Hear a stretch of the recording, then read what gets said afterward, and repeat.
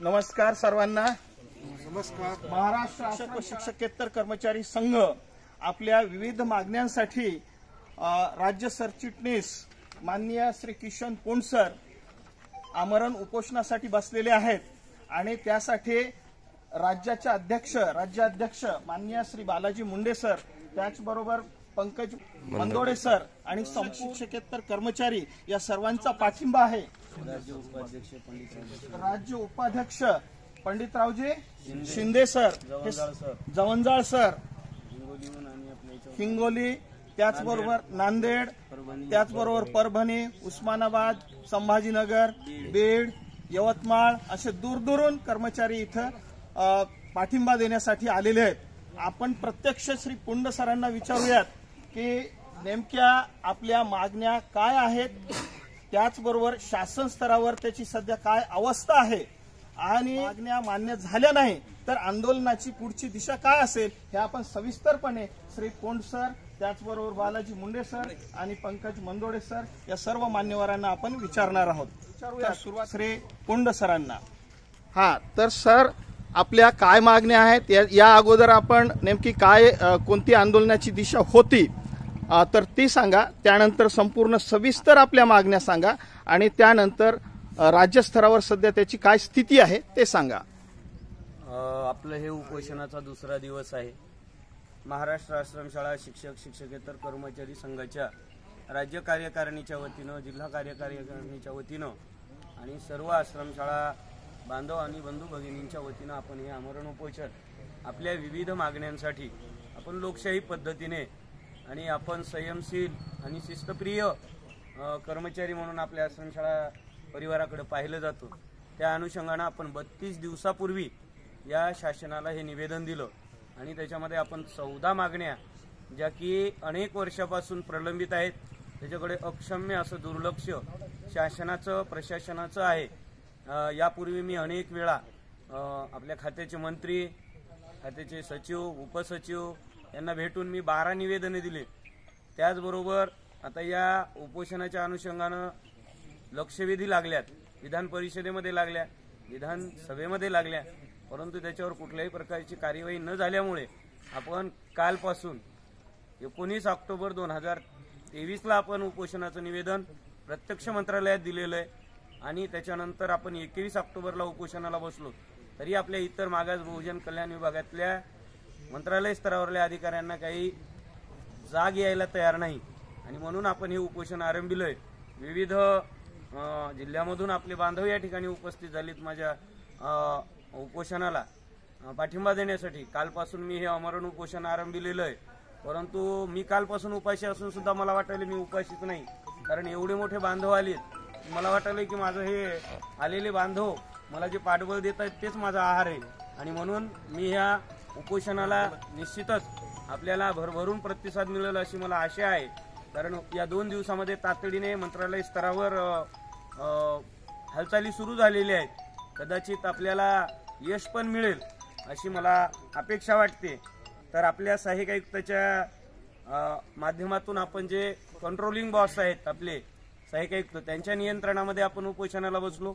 यांचे नियंत्रण अधिकारी म्हणून मंत्रालय स्तरावर जे सचिव आहेत ते यांचे कंट्रोलिंग बॉस आहेत, म्हणून आपण या ठिकाणी उपोषणाचा आरंभ केलेला आहे. आणि कालपासून सहाय्यक आयुक्त हे आपलं उपोषण त्यांना माहीत आहे म्हणून, तरी पण ते गैरहजर आहेत. का गैरहजर आहेत हे त्यांना माहीत. परंतु मला वाटतं की आपल्याला कर्मचाऱ्यांना जर खऱ्या अर्थानं न्याय अपेक्षित असेल तर आपण सर्वांनी एकवटलो पाहिजे. आपण इथं पाहिलं तर उपस्थिती फार नगण्य आहे असं मला वाटतं. परभणी जिल्ह्यामध्ये 525 कर्मचारी आहेत विचार केला तर. त्या दृष्टीनं आपण सर्वांनी सक्षमपणे कोणत्याही लढ्यामध्ये सक्रिय सहभाग नोंदवला पाहिजे. त्याच्याशिवाय आपल्याला न्याय मिळणार नाही आणि त्याच्याशिवाय ह्यांचे डोके ठिकाण्यावर येणार नाहीत. तर मागण्या आपल्या अशा आहेत. महत्वाच्या मुद्द्यावर येतो आपण विचारल्याप्रमाणे सर्व मागण्या आणि त्याचं म्हणजे जे काय भयावह स्थिती आहे ती सुद्धा आपल्या कर्मचाऱ्यांना समजावून सांगा. 16 मे 2018चा शासन निर्णय होता 119 पत्र क्रमांक. कर्मचाऱ्याचं दरमहा 1 तारखेला वेतन होत होतं आणि हे वेतन करण्याचे अधिकार आपल्या सहाय्यक आयुक्तांना पुणे प्राधिकरणमधून वेतन करण्याचे अधिकार दिले होते, तो शासन निर्णय पहिले रद्द केलाय आपला. म्हणजे आपल्याला स्कीम मध्ये टाकलंय वित्त विभागामधून. आपल्याला त्यांना दर महिन्याला बजेट मागावं लागणार आहे आणि दर महिन्याचं बजेट आल्यावर आपला पगार होणार आहे. एखाद्या वेळेस त्या स्कीम मध्ये कदाचित वित्त विभागाला सेवा 14ला 9ला जर तरतूद उपलब्ध नसेल तर आपले वेतन हे 3-4 महिने सुद्धा भविष्यामध्ये लांबू शकते. ही परिस्थिती आहे सध्याची मंत्रालयातली. दुसरा मुद्दा आपला असा आहे की शासन निर्णयाप्रमाणे 4/5/2022चा आदिवासी विभागाचा शासन निर्णय, शालेय शिक्षण विभागाचा 24 जुलै 2020चा शासन निर्णय आहे आणि त्याच्यामध्ये सांगितलेलं आहे की जे काही कर्मचारी आपले पात्र असतील अर्जित रजा रोखीकरणाला, या अर्जित रजा रोखीकरणाला आपल्याला संधी दिली पाहिजे. शालेय आश्रमशाळा संहितेच्या पान नंबर 15 वर लिहिलेलं आहे की प्राथमिक, माध्यमिक, उच्च माध्यमिक आश्रमशाळा चे जेही काही कर्मचारी असतील त्यांच्या सेवाविषयक बाबी ह्या जशाच्या तशा शालेय शिक्षण विभागाच्या धर्तीनुसार त्या स्कूल कोड, खाजगी सेवा शर्ती, मग 1977 असो 1981 असो, हे जशाला तसा आश्रमशाळेला लागू राहील असं स्पष्ट लिहिलेलं आहे. असं लिहिलेलं असतानाही अधिकारी मात्र एवढा चतुरपणा दाखवत आहेत, आपल्या आश्रमशाळा संहितेला एक मॉडेल म्हणून बाजूला ठेवलंय, खाजगी सेवा शर्ती कर्मचाऱ्यांच्या तेही बाजूला ठेवल्यात आणि पद्धतशीर मधला मार्ग काढण्याचं काम त्यांनी सुरू केलंय. मधला मार्ग कोणता? आता उच्च माध्यमिकचे आपले बांधव आहेत, आपल्या अर्जित रजा नाहीत शिक्षकांना, त्याच्यावर मी अनेक वेळा पाठपुरावा केला तर त्यांनी हुशारी काय केली, 15 मे 2023ला शासन निर्णय काढला, अभ्यास गट निर्माण केला त्यांनी. बरं केलाय ते शासन निर्णय काढला तर काढला, त्याच्यात 2 महिन्याचा अल्टिमेट दिलता. ते 2 महिन्याचा अल्टिमेटही संपला, ते शासन निर्णयही डबघाईला आला. कोणत्याही अधिकाऱ्याने त्या शासन निर्णयाची अंमलबजावणी केली नाही आणि आपल्या त्या अभ्यास गटाची काहीही कार्यवाही झालेली नाही. निव्वळ हे भांडगुळ आपली सेवाविषयक बाबी कशा प्रलंबित ठेवता येतील आणि याच्यासाठी त्यांचा उठाठेव चाललाय. आपली जी लढाई आहे ही काही आपल्या संस्था चालक आपले जे आहेत त्यांच्या विरोधातली नाही किंवा अधिकाऱ्याच्या विरोधातली नाही, आपल्यावर यांनी निर्माण केलेल्या समस्या आणि त्याच्यामधून आपल्याला गुंतागुंती करून त्याच्यातून अर्थकारण कसं साध्य करायचंय याच्यासाठी त्यांचा जोरात प्रयत्न चालू आहे. आणि म्हणून ह्या ज्या मागण्या आहेत ह्या मागण्या योग्य आणि रास्त आहेत हे मंत्रालयात कळालं. त्यांना वाटलं हे जिल्हा स्तरावर मागण्या दिल्या तर आपलं कुरण संपल, म्हणून त्यांनी या निवेदनाला केवळ आणि केवळ बगल देऊन दुर्लक्ष केलंय. आता पुढची मागणी आपली अशी आहे, तिसरी, आश्रमशाळेतील जेही काही शिक्षक कर्मचारी आहेत त्यांना 22/9/2022ला शासन निर्णय निघालाय वित्त विभागाचा आणि त्या वित्त विभागाच्या शासन निर्णयामध्ये स्पष्ट सांगितलेलं आहे 6व्या वेतन आयोगाच्या फरकाच्या रकमा, मग त्या शिक्षकाच्या 2005 नंतर नेमलेले असोत, ते DCPS धारक असोत का 2000च्या अगोदरचे नेमलेले कर्मचारी असोत, त्यांचे 6व्या वेतन आयोगाच्या ज्या फरकाच्या थकीत रकमा असतील त्या थकीत रकमा ह्या त्यांना व्याजासहित मिळाल्या पाहिजे असं त्याच्यामध्ये नमूद केलंय. परंतु त्यावर मात्र आपल्या खातं काहीही करायला तयार नाही. चौथी मागणी अशी आहे, 2005 नंतरच्या DCPSचा सदावर्ते सर मंत्रालयात होते माझ्यासोबत, पहिला सांगून केला, मी प्रश्न विचारला की तुमच्याकडे किती कर्मचारी DCPS धारक आहेत राज्य लेवलला, आकडा सांगा आणि किती रक्कम आहे.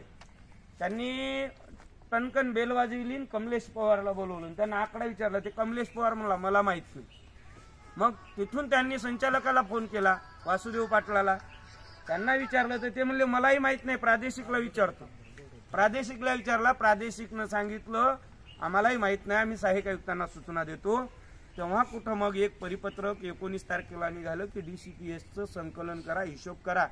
शालेय शिक्षण विभागामध्ये NPS आहे, आपण खरं पाहिलं तर हे वेतन फितन बाजूला ठेवू द्या, पण आपण पहिला मुद्दा की शालेय विभागाला NPS आहे, आपल्याला आणखी नाही, मग आपण किती दिवस असं झुरत राहायचं. आपले बांधव मरत आहेत, त्यांना न्याय मिळत नाहीये, टेन्शन तर राहिलं बाजूला DCPSच्या रकमा. आता मला हिंगोली जिल्ह्यातलं एक प्रकरण काल ऐकायला मिळालं, 2006ची नेमणूक आहे झुंजारे सरांची, ऑनलाईन वेतन चालू आहे आणि DCPS नंबर भेटणं झालाय. अनेक पत्रव्यवहार केले त्या ग्रस्तानं, पण त्याला काही DCPS नंबर आणखी दिला नाही आणि मिळते का नाही याची गॅरंटीही नाही, कारण मंत्रालयामध्ये दिल्या घेतल्याशिवाय काही होईना. पासवर्ड रिसेट करायचं तर पैसे मागायले, इतकी विदारक परिस्थिती निर्माण झालेली आहे. म्हणून DCPSचा हिशोब जर आपल्याला ठेवायचा असेल आणि NPS मध्ये कन्वर्ट व्हायचं असेल तर आपल्या खात्याची शालेय शिक्षण विभागाप्रमाणे कार्यपद्धती अजिबात अवलंबलेली नाही किंवा कार्यपद्धतीचा शासन निर्णय अद्यापही काढलेला नाही.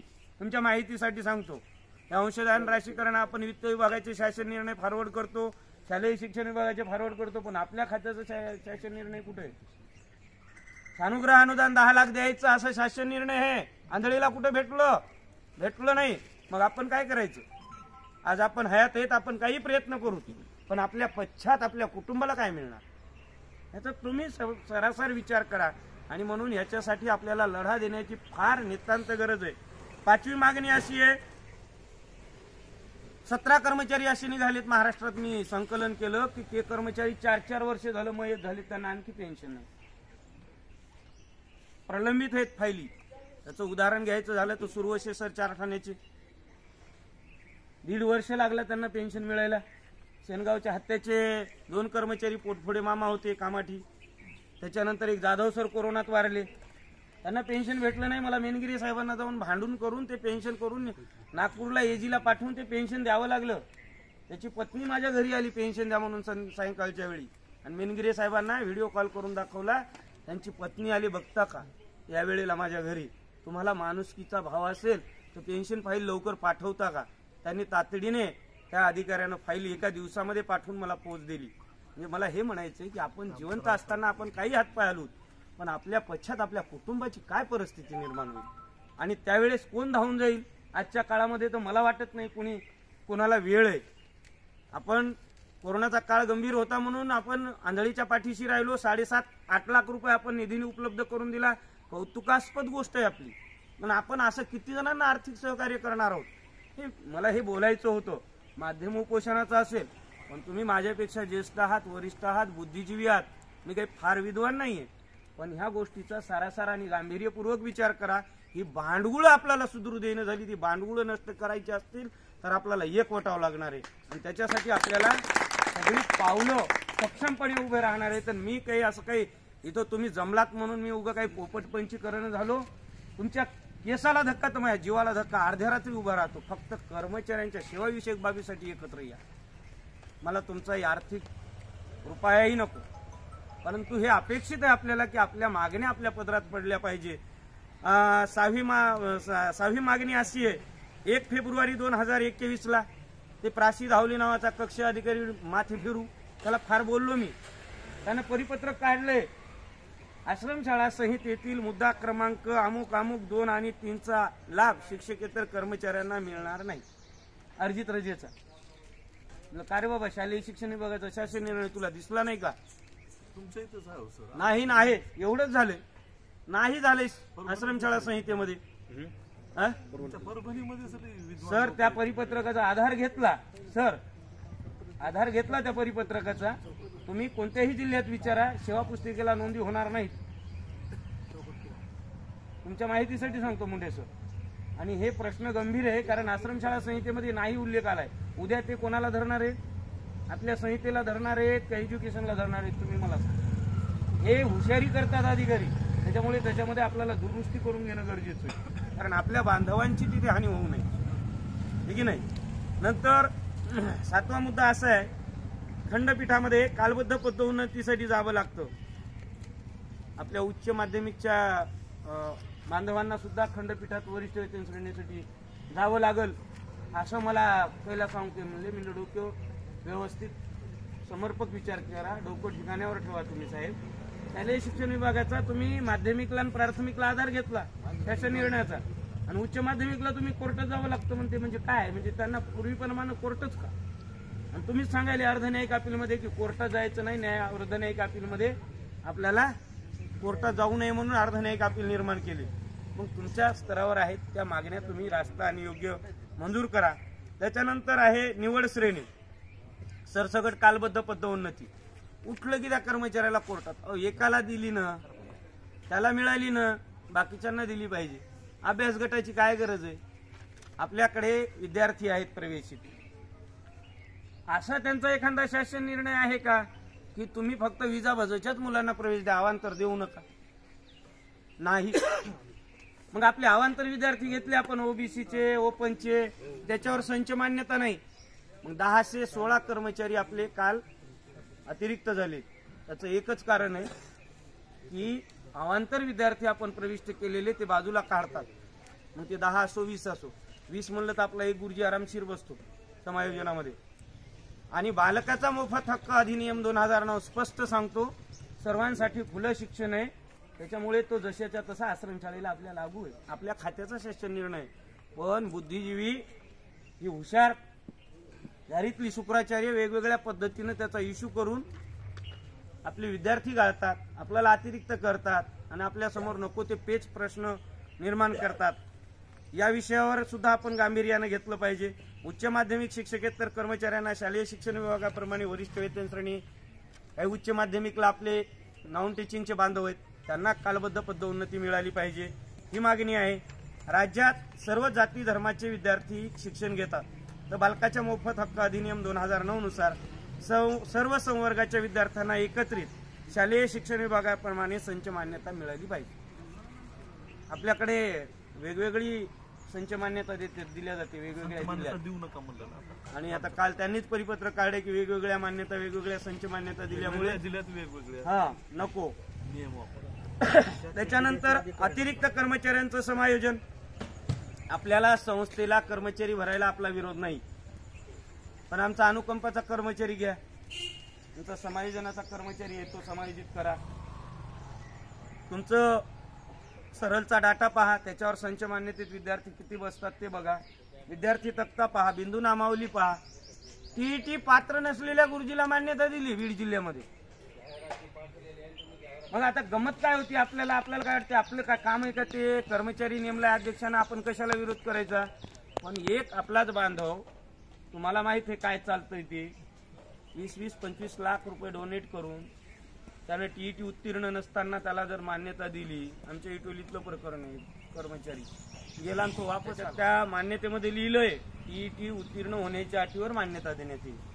अहो असा शासन निर्णयच नाही, टीईटी पात्र असल्यावरच त्या शिक्षकाला घ्यायचे. पण बीड जिल्ह्यात अशी प्रकरणं 13 निघाली आणि त्याची चौकशी सुरू झाली. आणि आता अधिकारी गोत्यात येतात म्हणून ती चौकशी पुन्हा गुलदस्त्यात गुंडाळून ठेवली. याच्या पलीकडे जाऊन 315 विद्यार्थी उद्धव कराडच्या शाळेवर साने गुरुजीच्या क्लार्कचं पद दिलं, सख्या भावाच्या पोराला क्लार्क केलं. 3 महिन्यात त्याला अतिरिक्त केलं आणि वर्ध्याला पाठवलं माध्यमिकला, जिथं जागा रिक्त आहे तिथं. म्हणजे सांगायचं तात्पर्य की नको त्या पद्धतीनं मान्यता द्यायली. नांदेड जिल्ह्यामध्ये कर्मचारी 1, मान्यता 2, पगार 2 ठिकाणी घ्यायला ती. वास्तविकता आहे. काय सर चुकीचं बोलायलो का मी काही? तुम्हाला असं वाटेल की सर काहीतरी चुकीचं सांगताय, पुरावा आहे आपल्याकडे. म्हणून ह्या अधिकाऱ्यांना जर आता हे कशामुळे, मग तुम्ही म्हणाल आपल्याला त्या अधिकाऱ्याचं काय उन्हा धुणं करायचं, ही परिस्थिती आपल्यावर निर्माण करतील हे भविष्यात. याची आपल्याला काळाची पावलं ओळखून आपल्याला सजग राहणं गरजेचं आहे. त्याच्यानंतर अतिरिक्त कर्मचाऱ्याच्या समाज माध्यमिक मुख्याध्यापकाची वेतन श्रेणी 6व्या वेतन आयोगामध्ये चुकीच्या पद्धतीने दिलेली आहे की नाही, अतिशय चुकीची दिली. जी की वेतन श्रेणी कोणत्याच विभागाला नाही, ती वेतन श्रेणी माध्यमिकच्या मुख्याध्यापकाला दिली. आपल्या लिपिक बांधवांचं तसंच केलंय, वरिष्ठ लिपिकांचं त्याच पद्धतीचं आहे. नुसत्या त्रुटी त्या वेतन श्रेणीमध्ये. शास्त्री सर माहित आहे त्या पद्धतीने. अधीक्षकांच्या वेतन श्रेणीमध्ये तर तळाला मिळत नाही, सगळा खेळच चालू आहे. कोणी आले कोणती वेतन श्रेणी, ते कोर्टात गेले त्याला तीच भेटायली, त्याला तीच भेटायली, कोणत्याला अनट्रेंडच आहे. तुम्ही सरसकट द्या ना, धोरण ठरवा, निश्चित करा, आहे की नाही. त्यांना वेतन श्रेणी चांगल्या पद्धतीची दर्जेदार द्या. आणि मग त्याची वसूल झाली म्हणून याची वसूल, याची वसूल झाली म्हणून त्याची वसूल, आहे की नाही. घर भाडं बंद, म्हणजे हे कुठाने शासनानं पैसे काढण्याचं काम सुरू केलं. धडक मोहीम पिळायचं. आणि त्याच्यानंतर आश्रमशाळेच्या शिक्षकांना अर्जित रजेचा लाभ. आता रीट याचिका आहे आदिवासी विभागाची नक्षलग्रस्त 31/01/2020 ला निर्णय लागलाय की आदिवासी विभागाप्रमाणे आपल्या चंद्रपूर गडचिरोली जिल्ह्यात व्हीजेएनटीच्या आश्रमशाळा आहेत, तिथल्या कर्मचाऱ्यांना विना विलंब कोर्टानं सांगितलंय की त्यांना नक्षलाईत आदिवासी ग्रस्त भत्ता, प्रोत्साहनपर भत्ता असतो तो द्या. कोर्टाचे आदेश आहेत. ते म्हणाले आम्हाला मंत्रिमंडळात मांडायचं. आता मला सांगा, कोर्टाचा आदेश यांनी जर 2 वर्ष मंत्रिमंडळात नाही मांडला तर काय उपयोग आहे आपण कोर्टातही जाऊन. त्याच्यामुळे आपल्याला यांच्याशी लढून आपल्याला भांडून हे घ्यावं लागणार आहे. आणि मला वाटतं वैद्यकीय मेडिकल परिपूर्ती की कमीत कमी जिल्ह्यावर 2 लाखाचे अधिकार द्यावेत. थकीत वेतन आहे आपलं, 2-3 लाखाचे अधिकार द्यावेत. आणि भविष्य निर्वाह निधी आपल्याला किती 50% भेटतो, शालेय शिक्षण विभागात 80% भेटतो. आपल्याला मिळायला पाहिजेत की, ह्या आपल्या मागण्या आहेत. आणि याच्यासाठी मी उपोषण आरंभिलंय. माझा काही याच्यामध्ये उपोषणाचं हे नाही. तुम्ही आलात, मला बरं वाटलं, मला ऊर्जा मिळाली. आणि हे उपोषण आरंभण्यासाठी मी 1 महिन्यापासून हे निवेदन दिलंय. फारुख सरांचा वारंवार DCPS बद्दल आणि वरिष्ठ वेतन श्रेणीबद्दल पाठपुरावा असते. सर आपलं बघा की एकदा गेल्यावर. आणि मी तिथं गेल्यावर नुसतं मला गोल ते अधिकारी बोलतात, सर चहा घेता का म्हणतात. 12 पत्रव्यवहार केले, त्या पठ्याने एकानेही दखल घेतली नाही. अखेरीला ठरवलं की आपल्याला दिवाळीच्या सुट्टीत आपले बांधव येतील, आपल्याला निश्चितच सहकार्य करतील, आपल्या हातामध्ये निश्चितच यश मिळेल.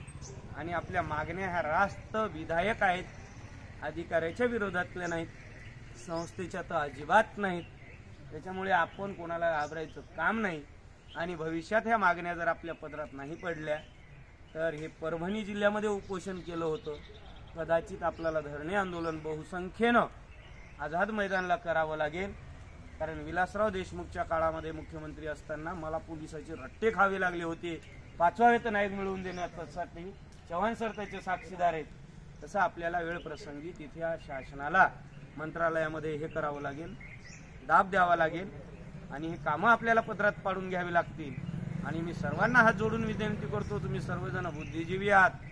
मंत्रालय स्तरामध्ये आपल्या मागण्यांबाबत एकही अधिकारी पॉझिटिव्ह नाही. मला स्पष्ट सांगतो, कागदाच्या खाली काय पाहायला येतं, कागद बाजूला टाकायचे. शास्त्री सर पासवर्ड रिसेट करायसाठी 3 दिवस बेजार झाले. परभणी जिल्ह्यातलं उदाहरण आहे. 6 नोव्हेंबरचं उदाहरण आहे सर. यवतमाळला जयदीप पवार सर परेशान होते, त्यांना 15,000 मागितले. म्हणलं कोणत्या फोनपेवर टाकू प्रीतमला. ते म्हणला नाही हो सर मी मागितले नाही, कोणीतरी म्हणलं असेल काय व्यक्ती कोणी देतो म्हणला, दिले पासवर्ड. म्हणजे पासवर्डसाठी सुद्धा पैसे घेण्याचं काम मंत्रालयात चालू आहे. आणि हे आपल्याला उद्या आपल्या पगारीत सुद्धा 10%चा हिस्सा करू शकतील. म्हणून मी हे उपोषण आरंभिले. एवढंच राहिलेलं आहे.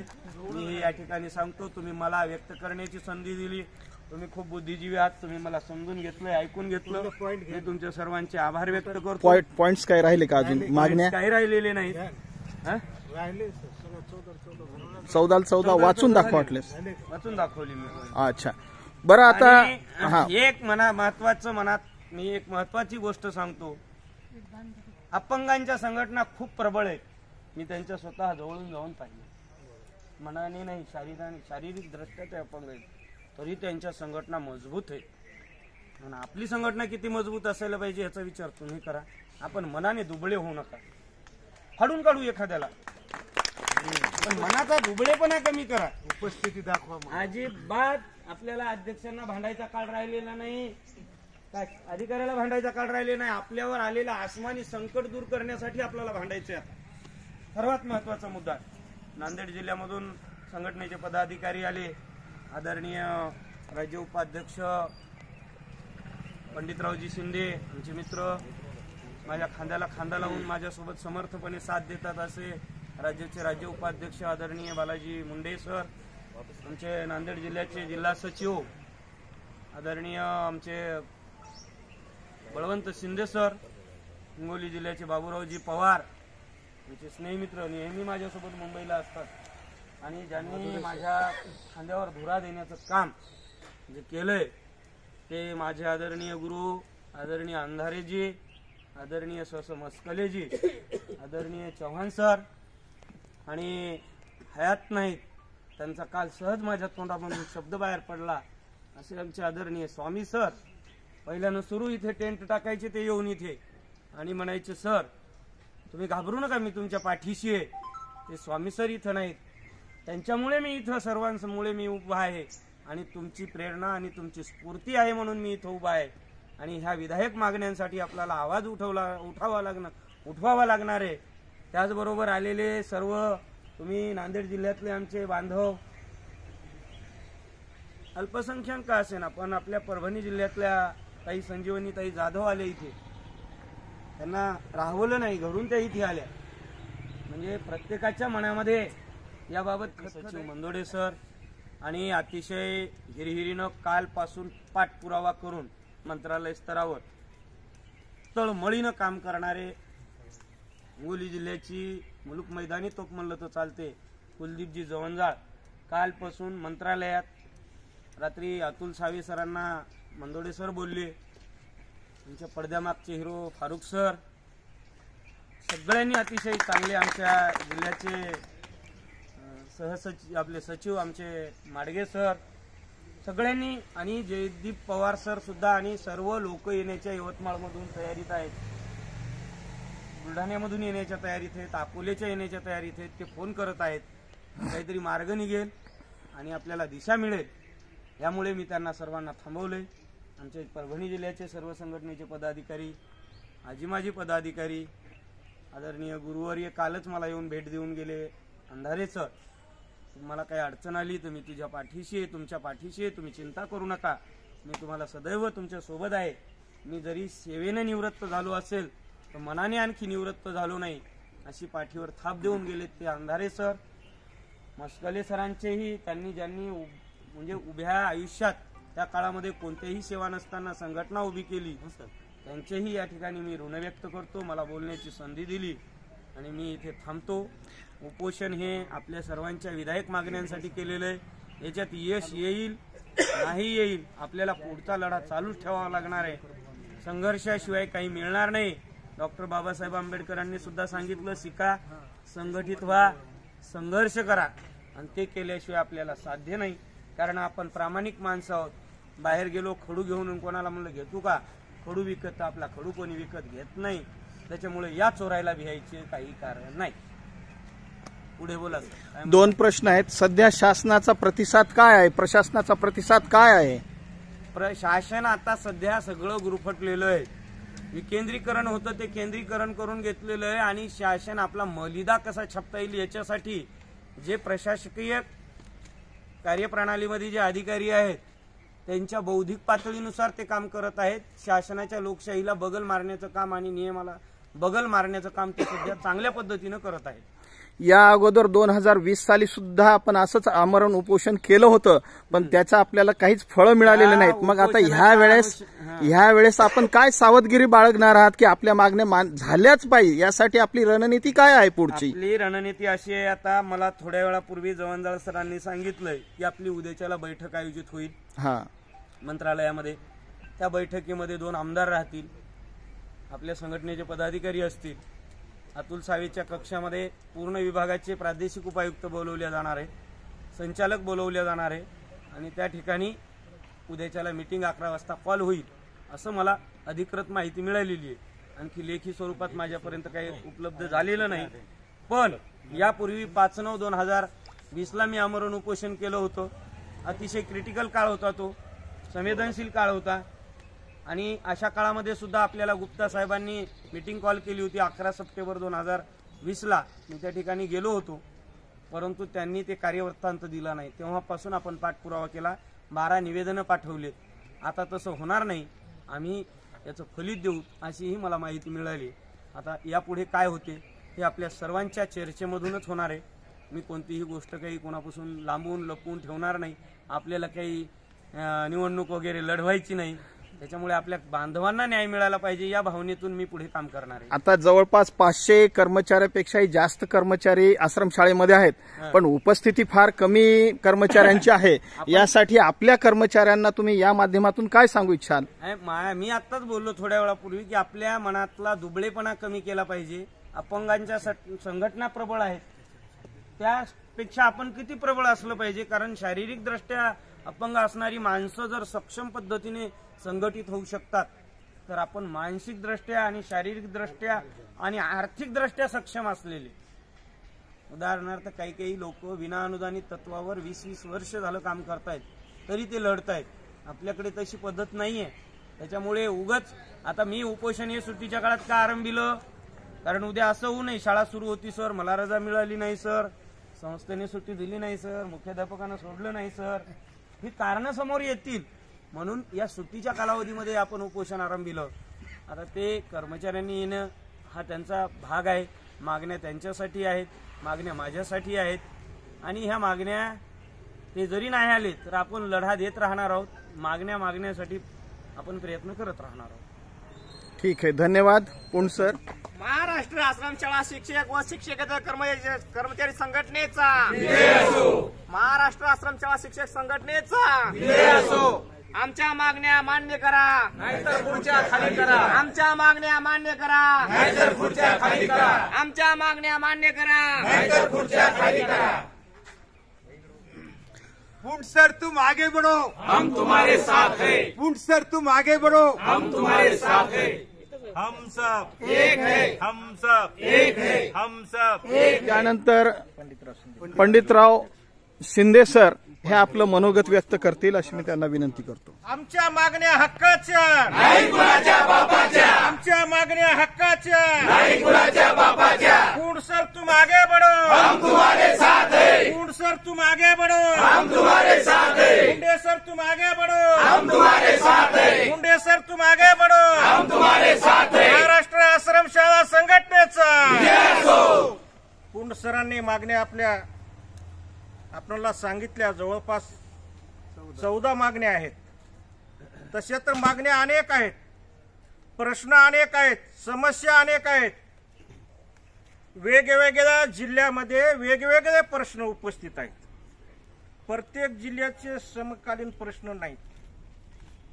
जिथं जो अधिकारी उसकी भैंस उसकी काठी आपण जसं म्हणतो, जसा अधिकारी तसे त्याचे नियम. मग हे एवढं अन्याय, एवढा अत्याचार हे आपल्यावर का होतो, आश्रमशाळेवरच का होतो. माननीय शिंदे सरांनी पुढे बोलत असताना सांगितले की केवळ महिन्याच्या पगारासाठीच नाही तर सेवाविषयक जे काही मागण्या आहेत, जे काही प्रश्न आहेत तर ते अति गंभीर आहेत आणि आपण जर शांत बसलो तर त्या मागण्या आपल्या आपोआप सुटणार नाहीत. त्यासाठी आपल्याला अगदी एकत्र एकजुटीने येऊन लढलंच पाहिजे. सगळ्यांची उपस्थिती येथे उपोषणस्थळी असणे अत्यंत महत्त्वाचं आहे. अशा पद्धतीने त्यांनी उपस्थितांना मार्गदर्शन केलं. माझ्या संपर्कात होते त्यांची टीम या ठिकाणी उपोषणाला पाठिंबा देण्यासाठी साताऱ्यावरून सर आलेले आहेत. बघा आपल्यासाठी त्यांची किती मोठी तळमळ आहे. आदरणीय सरांचं परभणी नगरीमध्ये आमच्या आश्रमशाळा परिवाराच्या वतीनं राष्ट्रवादीचे जिल्हा अध्यक्ष मामा सुर्वे, आदरणीय मुंडे सर आणि नांदेड जिल्ह्याची टीम, हिंगोली जिल्ह्याच्या टीमच्या वतीनं आम्ही त्यांचं या ठिकाणी शब्दसुमनाने स्वागत करतो.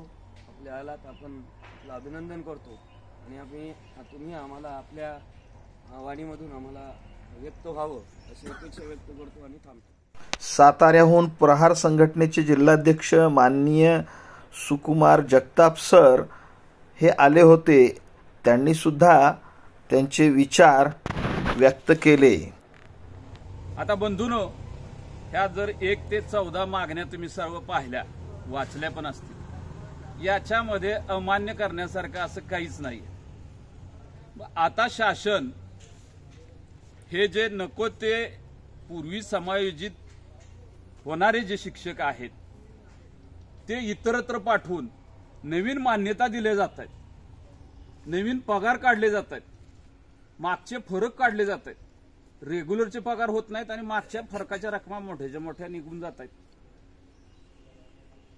याला कुठून अनुदान मिळते. त्यांनी वसतिगृह अधीक्षकाचे गंभीर प्रश्न फार सक्षमपणे इथे मांडले. पुढे बोलत असताना ते म्हणाले की प्रशासकीय अधिकारी शाळा संहिताही वेगळी ठेवतात, आश्रम शाळा संहितासुद्धा वेगळी ठेवतात आणि आपल्या मनानंच नियम लावतात. हे कुठंतरी थांबलं पाहिजेत.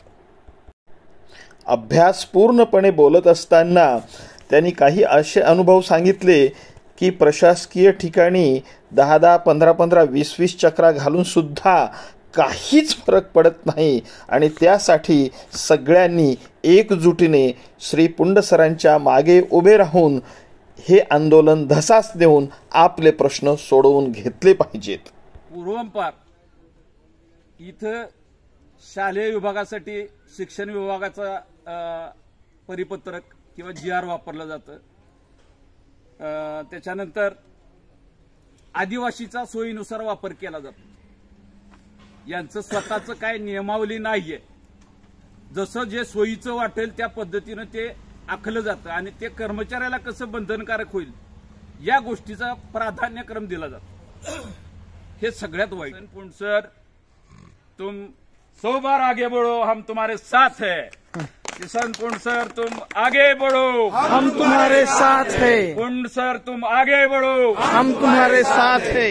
कोण म्हणतंय देत नाही, घेतल्याशिवाय राहत नाही. कोण म्हणतंय देत नाही, घेतल्याशिवाय राहत नाही. कोण म्हणतंय देत नाही. घेतल्याशिवाय राहत नाही. धन्यवाद बंधूंनो. या योग्य प्रसंगी आणि तुम्ही हे करत असलेल्या कामात मला थोडासा वेळ देता आला म्हणून मी तुमचा ऋणी आहे आणि हे अविरत काम तुमचं चालू राहिलं पाहिजे.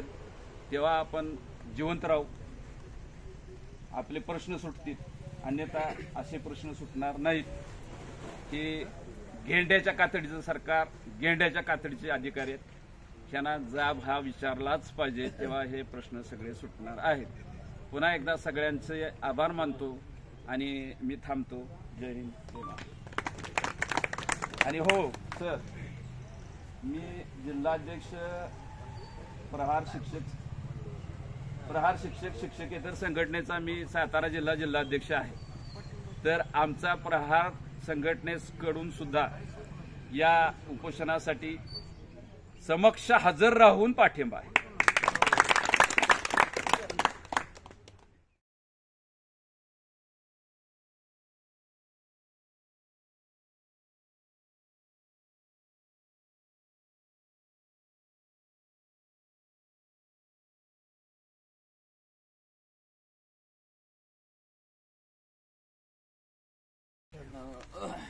आतापर्यंत पाठिंब्याच्या सूचना आणि काही कॉमेंट्स आपल्याला आलेले आहेत.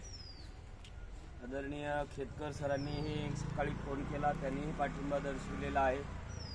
जालन्याचे प्रहारचे दत्ता राठोड सर, त्यांनीही आता थोड्या वेळापूर्वी मला फोन केला आहे, सर आम्ही वेळ प्रसंगी सोबत येऊ. स्वराजचे फतेहसिंग पवार यांनीही पाठिंबा दर्शवलेला आहे. त्याचबरोबर इतरही संघटना पाठिंबा दर्शवत आहेत. शिक्षक सेनेचाही सुद्धा थोड्या वेळापूर्वी मला फोन आला की आमचाही तुम्हाला पाठिंबाच नसून आम्ही तुमच्या सोबत आहोत. तर यानंतर आदरणीय ज्येष्ठ आमचे मामा, आम्ही त्यांना लाडाने मामाच म्हणतो, असे ते आम्हाला 2 शब्द मार्गदर्शन करतील. या संघटनेची मुहूर्तमेढ रवणारे, संघटनेला प्रफुल्लित करून चांगल्या प्रकारचं एक दिशा देणारं नेतृत्व म्हणून आमचे ज्यांना पितृतुल्य समजतो असे आमचे आदरणीय अंधारे सर, हे कालही भेटीला आली, आजही आली. त्यांचेही आपल्याला मार्गदर्शन आपल्याला ऐकायचं आहे, त्याच्यामुळे आपण इथं थांबावं. मामा 2 शब्द मार्गदर्शन करतील. आंदोलन करणारे यापूर्वी पण पुंड सरांनी उपोषणाचं आंदोलन केलं होतं. लॉकडाऊनच्या काळात आंबेजोगाईला त्या काळात जिल्ह्यामध्ये आश्रमशाळेत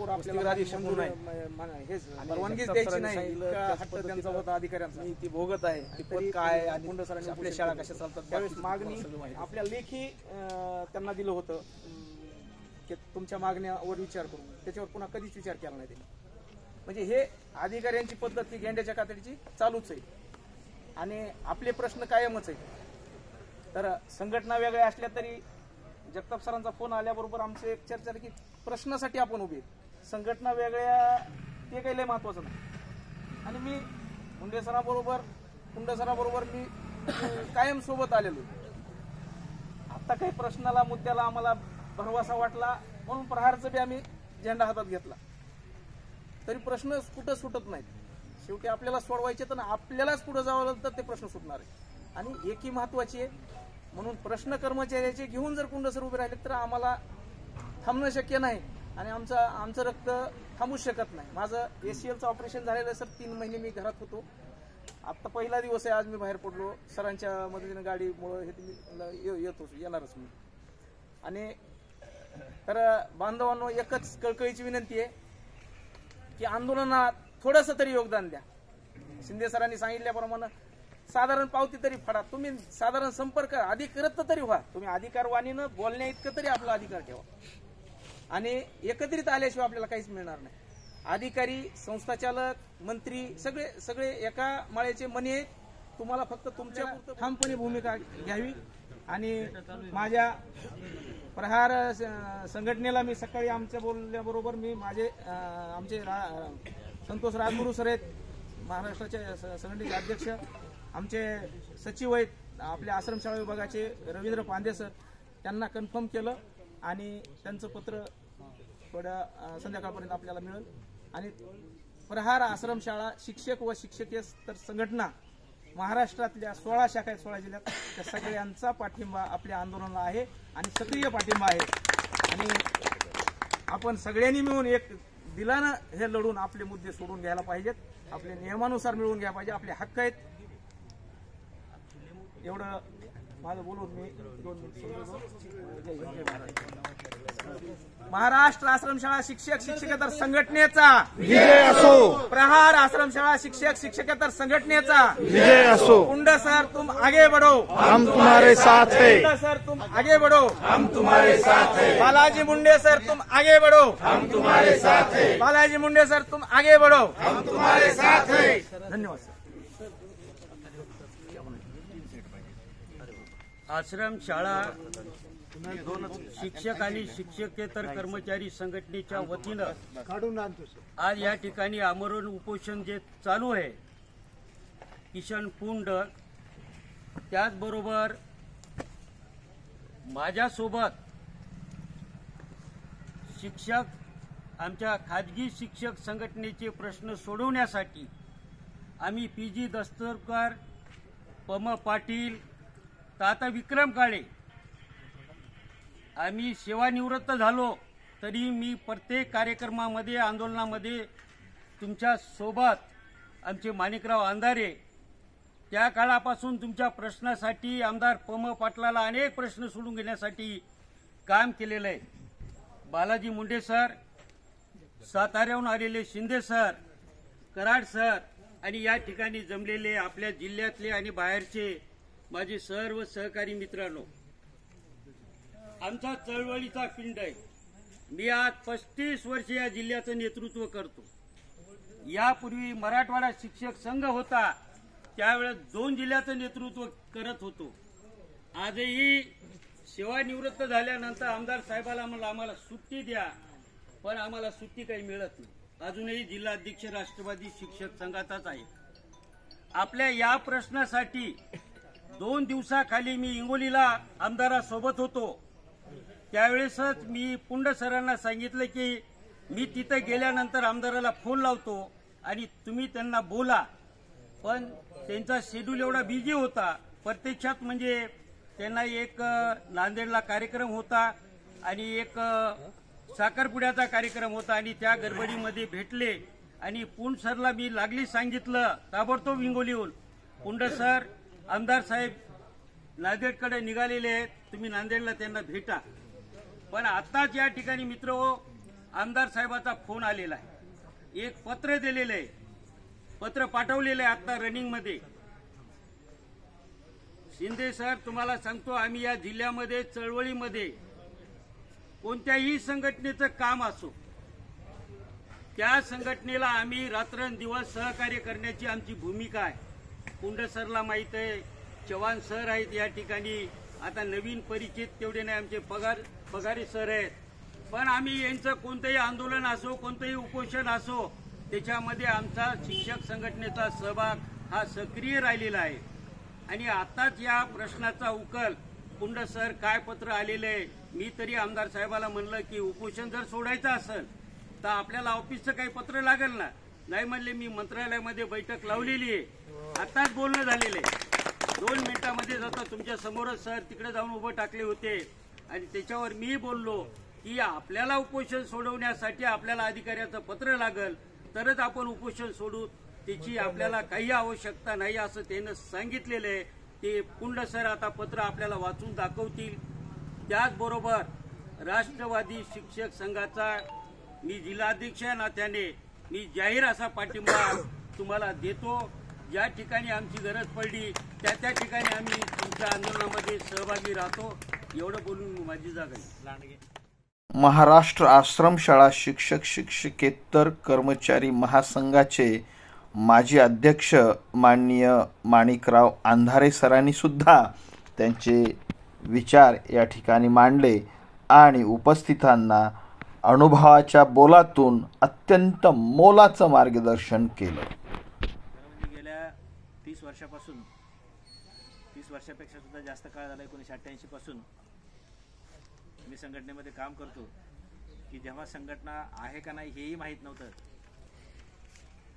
त्या काळामध्ये जे प्रश्न उपस्थित राहिले लेटर पॅडही नव्हता आम्हाला प्रश्न मांडायला. त्या काळामध्ये साध्या कागदावर अर्ज लिहून आपल्या मागण्या किंवा आपले प्रश्न मांडून माननीय अंधारे सरांनी त्यांच्या काळापासून ही संघटना कशी उभी केली, त्याचबरोबर संघटना पुढे नेत असताना कर्मचाऱ्याचे प्रश्न सोडवत असताना संकट कशी येतात त्याच्यावर मात कशी करायची, त्याचबरोबर प्रशासकीय अधिकारी कसे गोलमोल बोलतात आणि आपल्याला आंदोलनापासून परावृत्त करतात याचे बरेच किस्से त्यांनी समजावून सांगितले. त्याचबरोबर आपल्या मागण्या मान्य करून घ्यायच्या असतील तर तन मन धनाने एकत्र येऊन एकजुटीने हा लढा पुढे न्यावा लागतो, त्याशिवाय काही पदरात पडत नाही, हे त्यांनी अगदी काही उदाहरणं देऊन सांगितले. माननीय अंधारे सरांचं मार्गदर्शन चालू असतानाच बातमी आली की उपसचिव माननीय श्री कैलास सोळुंके सर यांनी पत्र पाठवून चर्चेसाठी श्री पुंड सर आणि शिष्टमंडळांना मुंबईला बोलावलेलं आहे. हे कळताच त्यांनी पुढील निर्णय कशा पद्धतीनं घ्यायचा हे मार्गदर्शन फार चांगल्या प्रकारे केले. अशा पद्धतीनं संघटनेला बळ देण्याची गरज आहे. एकत्र होणं, संघटनेला लढा निधी देणं, सभासद होणं, संघटना बळकट करणं आणि संघटना टिकवणं ही तुमची सगळ्यांची जबाबदारी आहे. ही अतिशय चांगल्या प्रकारे जर तुम्ही पार पाडली तर भविष्यात ही संकट हळूहळू कमी होतील, एकदम तर होणार नाहीत. आणि म्हणजे आपण थोडं सुखी होऊ अशी अपेक्षा करता येईल. एवढं बी बोलून दोन शब्द संपवतो. जय हिंद, जय महाराष्ट्र आश्रमशाला शिक्षक संघटनेचा पुंड सर तुम आगे बढ़ो, हम तुम्हारे साथ हैं. पुंड सर तुम आगे बढ़ो, हम तुम्हारे साथ हैं. बालाजी मुंडे तुम आगे बढ़ो, हम तुम्हारे साथ हैं. हम सब एक है, हम सब एक है, हम सब एक है. त्यानंतर आपण आपल्या महाराष्ट्र आश्रमशाळा शिक्षक शिक्षकेतर कर्मचारी संघ महाराष्ट्र राज्याचे राज्याध्यक्ष आदरणीय श्री बालाजी मुंडे सर यांचं मनोगत ऐकत आहोत. पाहूया ते आपल्याला काय मार्गदर्शन करतात.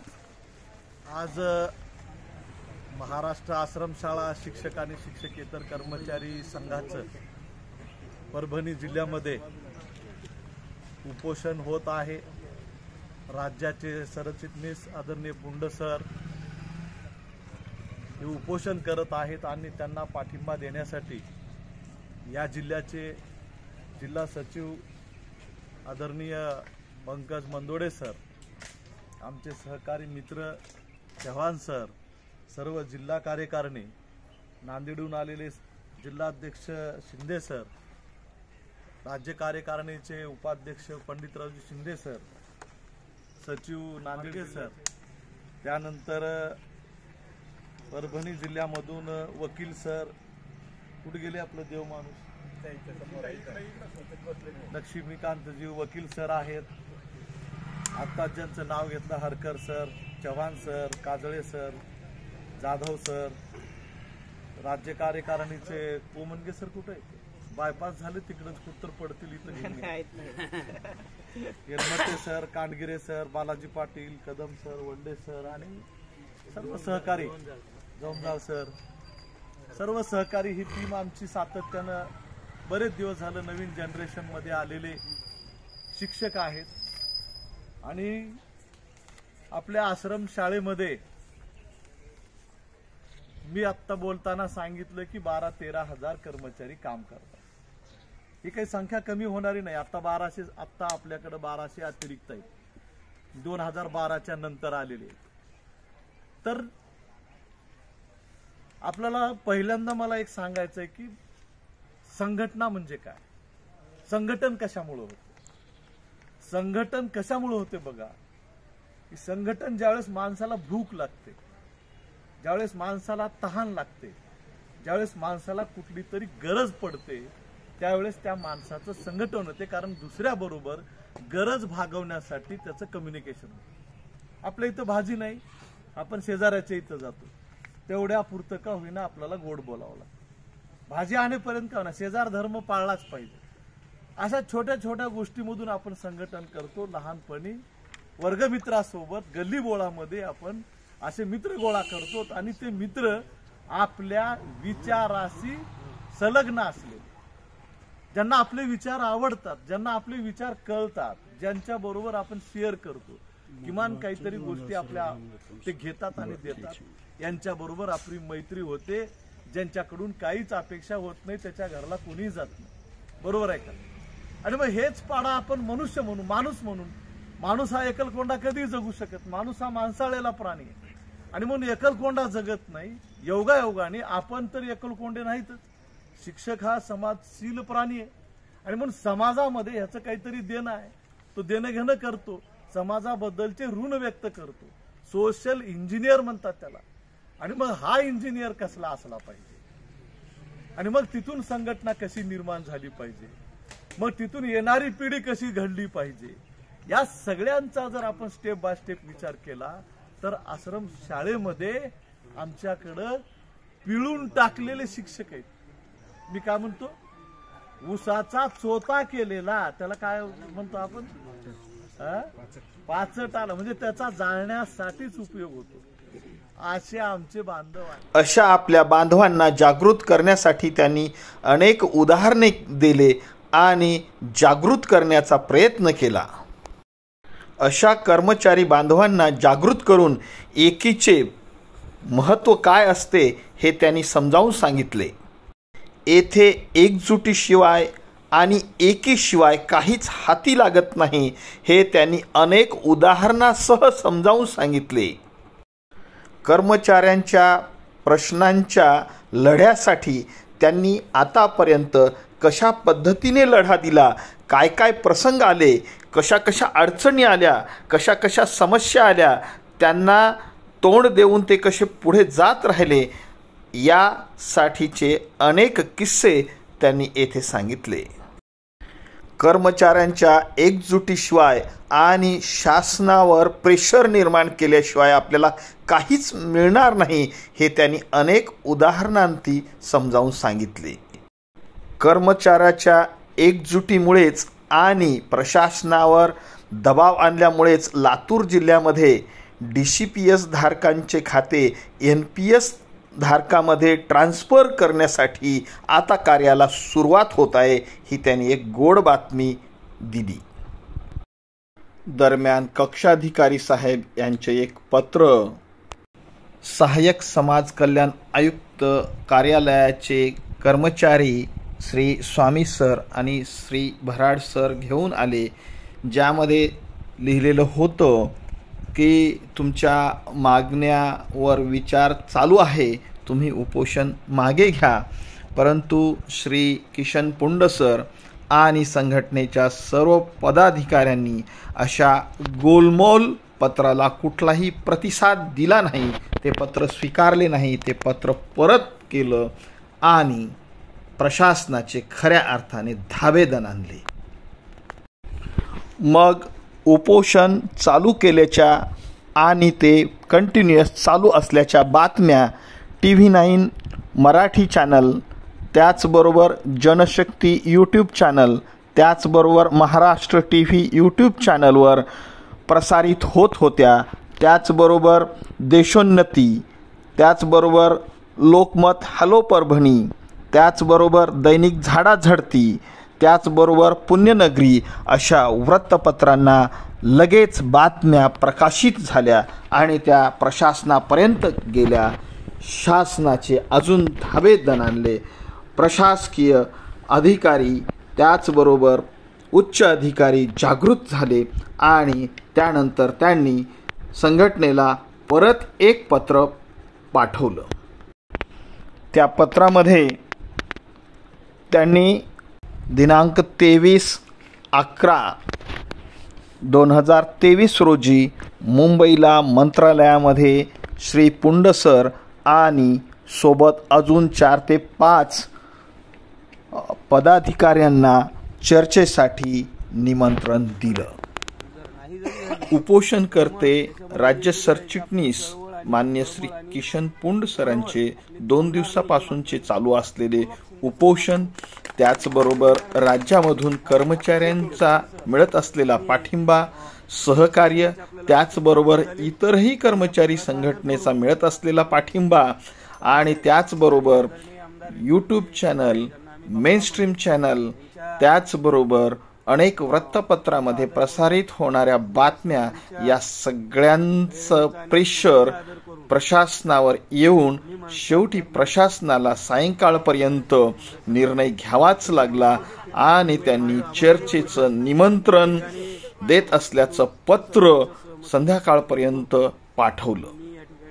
सर्वांनी अनमोल असं सहकार्य वेळ दिला. ते पत्र घेऊन सहाय्यक आयुक्त कार्यालयाचे कर्मचारी माननीय श्री स्वामी सर आणि श्री भराड सर हे पत्र घेऊन आले.